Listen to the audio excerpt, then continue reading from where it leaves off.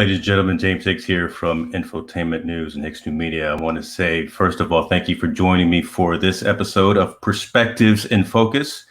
Today, we are talking about LaMills A. Garrett, a candidate for Roseville City Council. And let me bring up this very distinguished panel of folks who I'm going to spend about the next 15 to 20 minutes talking to. First and foremost, let me say thank you.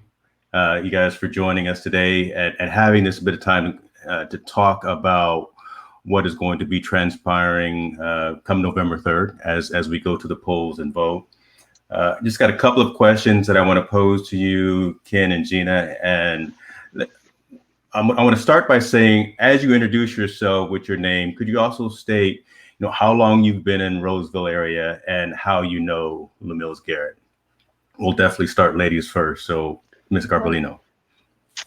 Okay, my name is Gina Garbolino. I've been a full-time resident of Roseville since 1969. I met LaMills because of our membership, co-member. We had both members of the Roseville Chamber of Commerce when he worked for HP. Awesome, thank you very much. Mr. Ken Larson. Yes, getting a little sip. Yes, I've been in Roseville now 35 or 36 years. Came up here with Hewlett Packard, and that's where I met LaMills. Met him in about 2000, not too long after he came to HP. And we worked together at HP. And then after I retired and he stuck around at HP, we worked together in the community, and we continue to work together on different projects in the community. Fantastic. I love the fact that all three of us somewhat have that HP linkage, and even off camera, we were talking about even some more shorter degrees of separation. So I love that with Ms. Mayor, Ms. Garbolino. Let me start with you, Gina. Looking back at kind of your earlier interactions, what about LaMills made you want to support his community activism efforts? Well, it was very obvious from the get-go that LaMills was interested in being part of Roseville, not just living in Roseville, but being actively a part of it. And that struck me as something that I was very, very taken to, because that's exactly how I feel. I think if you're in the community and you're part of it, you help to make the community better. And LaMills made that perfectly clear at the very beginning. You, as past mayor, tenured out, definitely served the city very well. So we appreciate that from you. But you're obviously always familiar with RPAL, right? The Roseville Police Activities League. Very much Let me ask you, how confident are you in his ability to kind of effectively communicate the needs of citizens as it relates to the policing needs in Roseville? Well, I think he definitely, I was also on the board when I was mayor in Roseville. I was on the board of RPAL, and it's a marvelous, marvelous organization and does a lot of good. And the fact that he was chosen to be on that board, it itself says that he has a true belief in our Roseville police department and how we police our citizens, and how we totally believe in community policing, and we always have. So I think he will do an excellent job. Awesome. Thank you very much. Mr. Larson, we are not going to leave you out, sir. Thank you. You and LaMills spent a lot of combined years at HP. How have you seen him perform in leadership roles there? And do you think that those experiences can translate into leadership in public service? A good question. I want to piggyback on what Gina said. She said the word active, and I think that's underlying all of what LaMills has to offer. He is not a passive participant. He doesn't show up and just be there. He shows up and he takes action. He's a real leader. He brings people together. He brings good ideas to the table and makes sure that people come along and are made aware of what's going on. I think he'd be a wonderful linkage into the community. I mean, he is that. He plays that role whether he's on the council or not. And I think it would be a really good pulpit for him, a good place to work across the broader community, to bring in the underserved community, to bring in people of color who maybe haven't been brought forward in the community. I think that's always a positive, particularly in these days. And I think he's well qualified to do that. And as I said, it'll be an active, forceful, engaged participant in that. James, Awesome. may I add to that Oh, whole thing? One of the things, and you can do how you will, but one of the things that also impressed me about LaMills when we met, and then we didn't see each other for a while, and then I met him again through the chamber, because at the time there wasn't a representative like we'd had in the past from HP. And I don't remember why. Because we always had a good relationship with HP. But LaMills took it upon himself to become the ambassador between the city and the chamber. And I can't remember, but that was very important to me at the time. And I don't remember exactly why, but it was. And it also told me again who he was, and our friendship actually increased. And he was a wonderful go-between between HP's interests and the city's interests, as well as the chamber's interests. And I think those three are very, very important. And those three connections, makes Roseville what we love today. So that was a very important part for me, how he just took it upon himself. In addition to his busy schedule, this was, as I remember, not part of his job.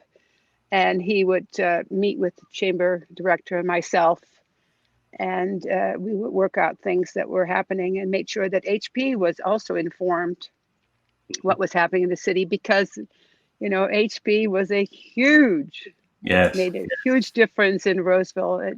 It made all the difference in what we were able to become as a city was when HP moved to Roseville. Definitely. Yeah, I would piggyback on that by saying also he did not wait to be invited. If he saw a need, Right. He would figure out how to engage, and he would not leave other people behind. He wasn't running out, 100 yards ahead of the crowd, but if he saw something that needed doing, the connection with the chamber had fallen apart as HP changed and so forth around 2000, 2005. And he just took it upon himself to reestablish that. He made the connections back into HP and obviously in the community as well. And I think it paid off well for everyone. And I've seen it again and again when he started up the Black Employee Forum in Roseville amongst employees. We had not had employee networking groups, and he pulled it together. He got the right people involved, enough people involved to get it authorized and get it going. And they went right to work and had a great legacy of mentoring and bringing along kids. I think it was from Center High School. Working with them and preparing them for college, and taking kids who were probably not going to make it through the next semester and help mentoring and role model and tutoring. And it was just a great program. Yeah, I was a part of that, and LaMills and Naola Johnson came and literally cornered me in the cafeteria one day at HP and said, "You are joining the mentor program." And I said, I told her, "Yes, ma'am." So yeah, that was a very positive effort. I want to piggyback on something that you said a second ago, Ken, and and this is going to be a question, I guess, for both of you as well. To my knowledge, there has not been an African American elected to a city or a county public office in Roseville or Placer County. And I make that distinction due to all the the social division that's brewing across the country today. So it's kind of a two-part question that I have. Is LaMills the right man for the job at this time? One, and if so, why? And what do you see in Mr. Garrett that can help bring us all together? And either one of you can start, kind of with that. But again, I wanted to not leave that. I wanted to ask that question of you two, since you kind of brought up that topic. Ken, you want to go first? Yeah, okay, sure. Yeah, what I see, I think he's an ideal candidate for that role, because he is so involved in the community. It's not like he's, coming up as I've got one issue and I'm going to drive that one issue. He really is about community, the entire community. And I think that's what he can help do, is bring the entire community together and into the process and make people feel more involved and more ownership for the city and more impactful. I mean, there's a lot of talent out there. We know that usually, that sometimes doesn't get tapped, and it's not because they don't want to. It's just they don't know where to go. And if someone like LaMills, who's got the knowledge of where to go and how to get it done, if he can reach out and bring people along, mentor them into the public role, I think it'd be fantastic. And he's proven that that's what he does. That's who he is. Thank you. To add to that, Ken's absolutely right. And remember, we were talking that LaMills has initiative. He takes things he sees and puts them into action, and he just doesn't tell people what to do, and he participates in that action. And we're at a really pivotal time at the moment in the city of Roseville, because we've never had district elections before. This is the very, very first time that the council is not elected by the city in general. And so it's going to be very different. And we need somebody who has that stable ability to bring people together so that we can actually move through this phase of having district elections and district representatives. And it will be very, very important because it's something very, very new.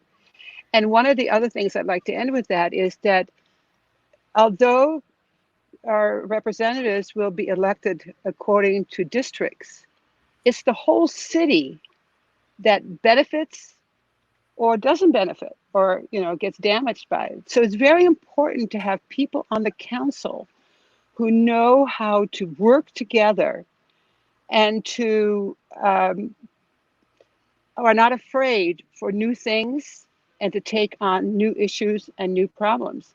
I mean, when you look at our past is very, very humbling to a politician or a council member, mayor, as I was fortunate enough to be, because the past decisions that I was able to work with when I was on the council for 10 years and mayor for twice, so 4 years as mayor, was the fact that previous councils had done such an excellent job and led us to the city that we are. So now that we're transitioning to a different format, we need true leaders on our council who just don't want to be on the council. They actually want to represent not only their district, but the city at large. And I think that is extremely important as we go through this different. It was a decision that was very difficult to make, and it was made, and it's the right decision, but we have to do it right. Yeah, if you look around and look at other cities that have gone to the district elections, oftentimes it works out well. It can go really bad. It can turn into warring factions, and that can't happen. And I don't believe that's something that LaMills would allow to happen. Right. Awesome. Appreciate that. And then from a final question perspective, I would guess, in your most concise elevator pitch form, right? Speaking to the people of District 1, speaking to the people of Roseville that are going to be voting on November 3rd. Why should they vote for LaMills Garrett for City Council? Well, I believe he's the best candidate. I think he has the right personality, has the right set of knowledge. He has the right attitude. He has a desire to be a city representative for the city of Roseville and for his district. And that district is different than some of the other districts. Obviously, that always happens. But I think he can definitely blend the two of representing his citizens in his district and the city at large. Yeah, I would agree. I think he's got the ability to see both and to bring those together. I think the people of the first district will be well served, and I think they'll feel like they're really integrated into how the city is managed and run, as well as being well represented by their direct council member. And I think his integrity, his initiative, his compassion just shine through in everything that I've seen him do. And I don't expect this will be any different. Awesome. Well, Gina, Ken, thank you. You are two awesome and amazing people in and of yourself, and I appreciate you for spending some time talking with us today. Thank you very much again for taking your time, and be safe and take care of yourself. We will. Thank you. I will. You will too. Take care of yourself, Ken. All right now. Bye-bye.